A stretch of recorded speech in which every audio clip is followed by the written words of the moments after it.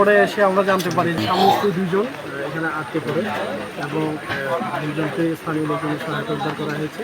তবে এর মধ্যে স্ত্রীর অবস্থা খুব খারাপ, তাকেও উদ্ধার করা হয়েছে। পরে জানতে পারলাম যে সে মারা গিয়েছে। তাদের হাসপাতাল তখন হাসপাতালে আছে। দুজন বাচ্চা ছিল, তারা অন্য পাশে থাকাতে তারা সেভ হয়ে চলে আসছে, কিন্তু যেই পাশে গাছ ভেঙে পড়ছে সেখানেই এরা দুজন আটকে ছিল। ওই পাশটাতে দুজনে আটকে পড়ছে। তার মধ্যে স্ত্রী খুবই গুরুতর আহত হওয়ার কারণে সে। আমরা বিভিন্ন আশ্রয় কেন্দ্র খুলে দিয়েছি, তারা আশ্রয় কেন্দ্রের জন্য আশ্রয় নেয় এবং নিরাপদে থাকে, এটা আমাদের উদ্যোগ। পানিবন্দী যেটা আপনারা বলতেছেন, পানি এখনও ওইভাবে ইয়ে করেনি। আমাদের যে এখানে ওয়াটার ডেভেলপমেন্ট বোর্ড আছে তাদের সাথে আমাদের যোগাযোগ আছে প্রতিনিয়ত, আমাদের আবহাওয়া অধিদপ্তরের সাথে যোগাযোগ আছে, কী পরিমাণ বৃষ্টিপাত হচ্ছে এবং পানির লেভেল কোন পর্যন্ত আছে কোন নদীতে, আমরা প্রতিনিয়ত আপডেট পাচ্ছি। কিছু জায়গায় ফ্লাশ ফ্লাড তাৎক্ষণিকভাবে কিন্তু পানিটা দ্রুত নিষ্কাশন হয়ে যাচ্ছে।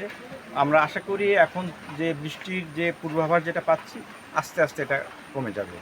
তারপরও কোথাও যদি কোনো পানিবন্দী থেকে থাকে আমরা জানার সাথে সাথে আমরা তাদেরকে আশ্রয়স্থলে নিয়ে যাওয়ার ব্যবস্থা করতেছি। গতকাল থেকে কন্টিনিউয়াসলি মাইকিং করছে এবং সরে যাওয়ার জন্য তাদেরকে বলছি, কিন্তু তারা সরছে না।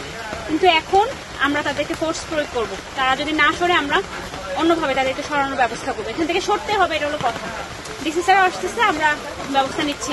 একই রকম সিদ্ধান্ত শহরে গতকালও কিছু জায়গায় এরকম ঘটনা ঘটেছে, ওখানেও আমি গিয়েছি এবং তাদেরকে সতর্ক করে আসা হয়েছে। তারা যদি এর মধ্যে সরে যেয়ে না থাকে তাহলে আমরা সরানোর ব্যবস্থা করব। ওখানকার যে সমাজ প্রতিনিধি বা যারা আছে তারা আমাদেরকে আশ্বস্ত করেছিল যে তারা এটা ম্যানেজ করতে পারবে, নিজেরা সরানোর ব্যবস্থা করবে।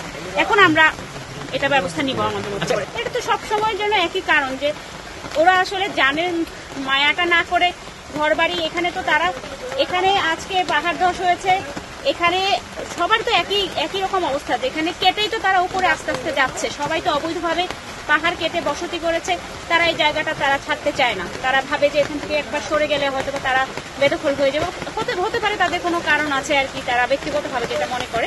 কিন্তু আমাদের কাজ হলো তাদেরকে নিরাপদে এখান থেকে সরিয়ে নিয়ে যাওয়া। তবে আমার সবার প্রতি আহ্বান থাকবে যে নিজেদেরকেও সচেতন হতে হবে।